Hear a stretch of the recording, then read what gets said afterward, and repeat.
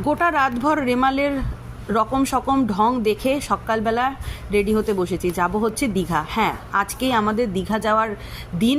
সবাই হয়তো ভাবতেই পারেন যে বাইরে রেমাল, দীঘাতে এত ঝড়ঝাপটা হচ্ছে, কিন্তু বিশ্বাস করুন হোটেলে ফোন করে জেনেছি যে দীঘাতে কিছুই হচ্ছে না, ওই জন্য আর টিকিটটা ক্যান্সেল করে নিই। যেহেতু দিন দাহারে ট্রেনে করে যাব, ওই জন্য সানস্ক্রিন আর আমব্রেলা পাউডার, থুপে, কাজল আর লিপস্টিকটা যতটা পেরেছি লাইটের ওপরেই রাখার চেষ্টা করেছি। আর রেগুলার বেসিকে যারা সোনা একদমই পড়তে চান না, তারা এই নোয়া বাঁধানোটা নিতে পারেন।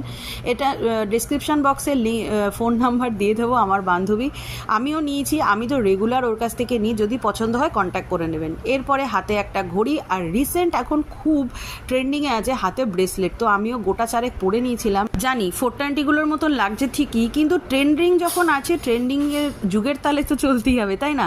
বাস রেডি। এই চপ্পলটাও এখন ট্রেন্ডিংয়ে রয়েছে, তো আমিও ভাই কিনে নিয়েছি। আর সত্যি বলতে পরে কিন্তু